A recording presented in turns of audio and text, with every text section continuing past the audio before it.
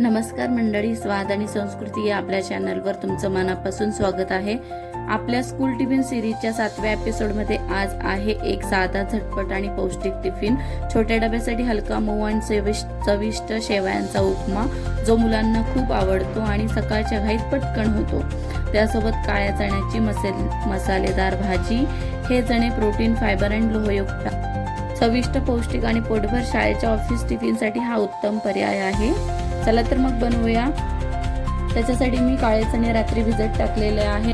भिजवलेले चणे, बटाटा, दालचिनी, मोठी वेलायची, तमालपत्र, मीठ आणि पाणी टाकून आपण 3 शिट्ट्या घेणार आहोत। व्हिडिओ आवडला तर लाईक करा, तुमच्या मित्रमैत्रिणींसोबत शेअर करा आणि अशाच नवीन हेल्दी आणि चविष्ट टिफिन सिरीजसाठी आपल्या स्वाद आणि संस्कृती चॅनलला सबस्क्राईब करायला विसरू नका।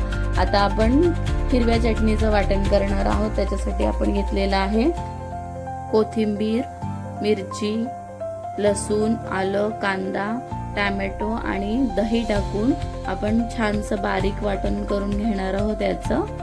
चला आता फोडणीची तयारी करून घेऊया। 2-3 शिट्ट्या झालेल्या आहेत।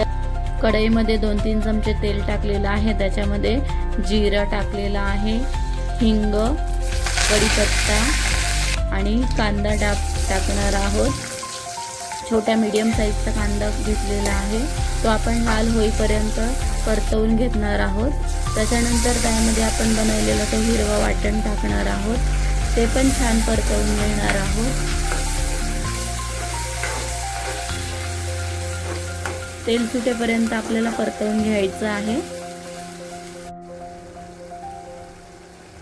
आता त्याच्यामध्ये आपण हळद, गरम मसाला, धणे जिरे पावडर आणि लाल तिखट, मीठ टाकून चांगलं एकजीव करणार आहोत। हेही तेल सुटेपर्यंत चांगलं परतवणार आहोत।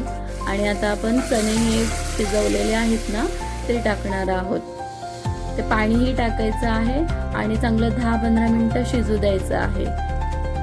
आपली मसालेदार चण्याची भाजी तयार होत आहे। आता बघा, असे शिजल्यानंतर त्याच्यामध्ये थोडीशी कसुरी मेथी आणि कोथिंबीर टाकून परत आपण हलवून घेणार आहोत। तयार आहे आपली मसालेदार चण्याची भाजी।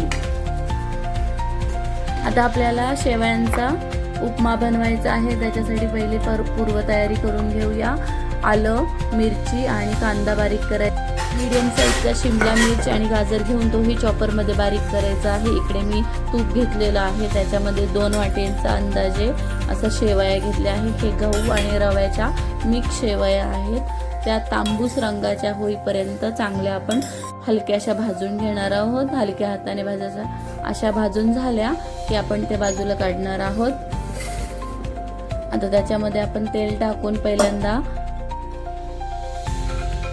काजू आणि थोडेसे शेंगदाणे परतवून घेणार आहोत। तेही तांबूस कलरचे होईपर्यंत आपण त्याला परतवून घेणार आहोत। आता हेही आपण बाजूला काढतोय।